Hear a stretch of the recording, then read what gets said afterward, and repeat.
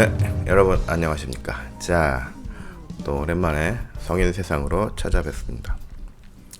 자, 오늘은 지난주에 이어서 계속 이제 유럽의 대양 진출에 대해서 살펴보도록 하겠습니다. 자, 오늘날 유럽의 부의 원천이라는 주제로 살펴보는데, 돈과 패권 앞에 종교도 없다라는 소 타이틀을 좀 달아보았습니다. 자, 요즘 유럽의 상황을 보면은 지금 현재 미국 정부의 어떤 진짜 그야말로 파격적인 어떤 경제, 군사, 모든 안보, 모든 분야에서의 정책 때문에 정말로 골머리를 앓고 있습니다. 이것을 우리가 이제 뉴스를 통해서 이제 확인해 볼 수 있죠. 우리가 뭐 바로 떠올릴 수 있는 나라들이 유럽에서 영국, 독일, 이탈리아, 스위스, 오스트리아, 프랑스가 빠졌네. 프랑스, 스페인, 포르투갈, 네덜란드, 기타 북유럽 국가들이 있죠. 또 최근에는 한국의 어떤 K방산, 탱크니 이런 거 막 도입으로 뉴스에 자주 언급되고 있는 폴란드나 그다음에 핀란드 같은 나라들도 있습니다. 아무튼 유럽의 대부분 나라들은 경제적으로 부유한 나라들입니다. 네.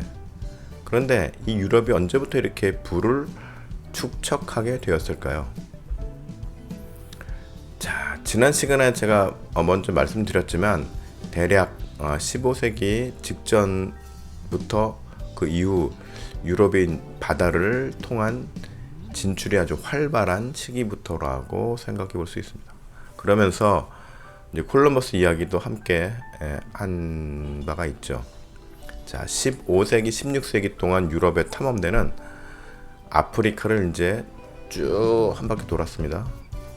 그리고 콜럼버스를 시작으로 해서 아메리카를 발견해서 진출을 하게 되는데, 그야말로 이제 우연히 발견하게 된 거죠.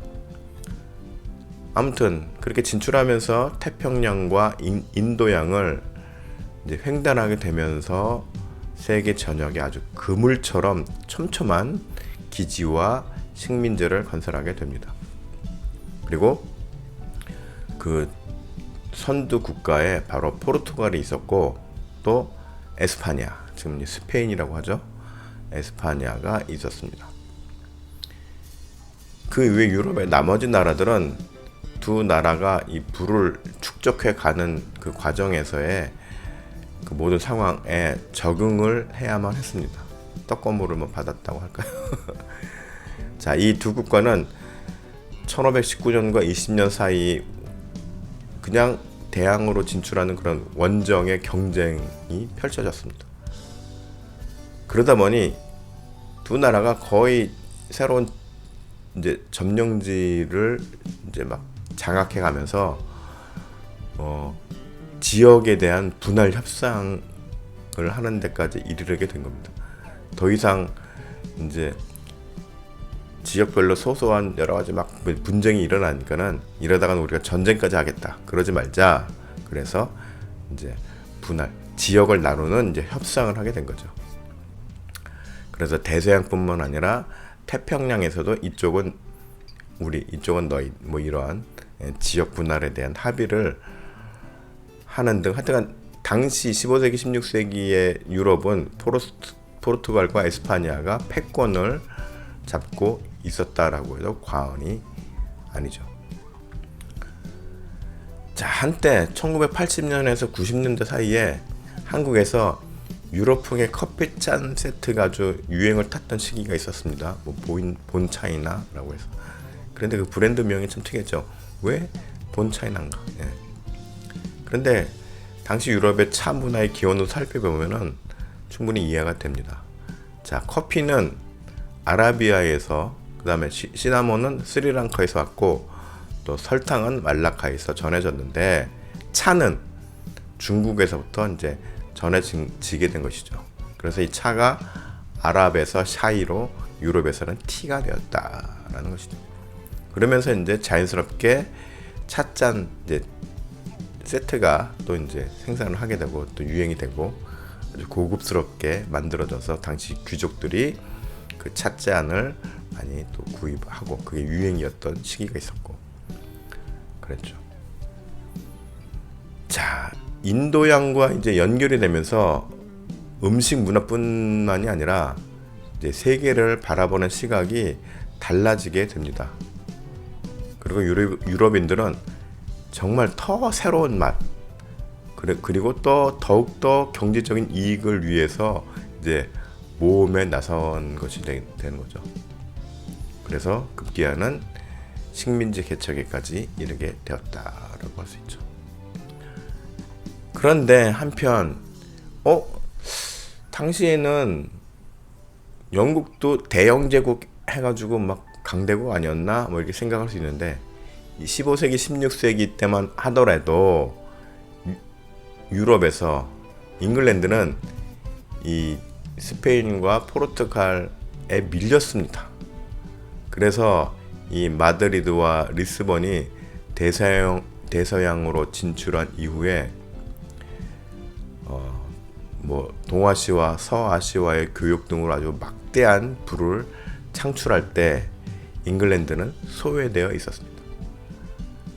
소외되어 있었으니 그만큼 제자리 걸음을 걷고 있었죠.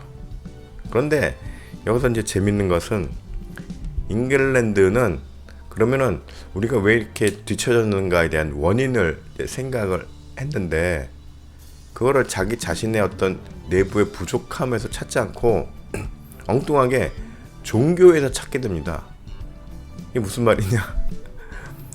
자, 잉글랜드가 이제 당시에 유럽에 종교 개혁이 일어났죠.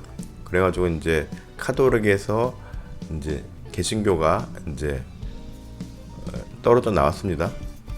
그리고 영국도 잉글랜드도 여기에 이제 참여하게 돼서 뭐 영국 성공회가 이제 탄생하게 되죠. 그런데 엉뚱하게 잉글랜드가 우리가 종교개혁에 참여해서 개신교가 된 이후에 이렇게 뒤처지게 되었다라는 말도 안 되는 자책 아닌 자책을 하는 지경에까지 이르게 된 것이죠.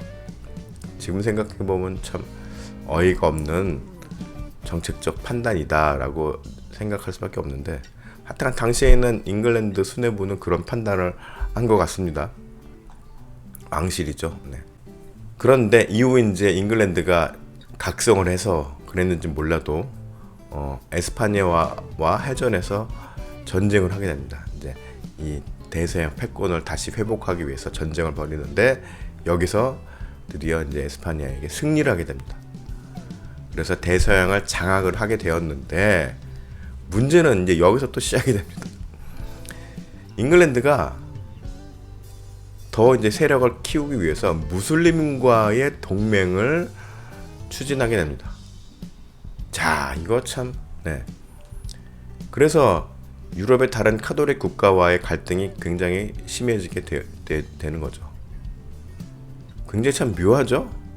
자, 영국이 우리가 오늘날 알고 있기로 기독교 국가로 알고 있고 한때는 웨슬레 같은 감리교 창시자를 배출할 만큼 굉장히 훌륭했던 기독교 국가였는데 자, 당시에 무슬림과 정치적인 동맹을 하게 됩니다.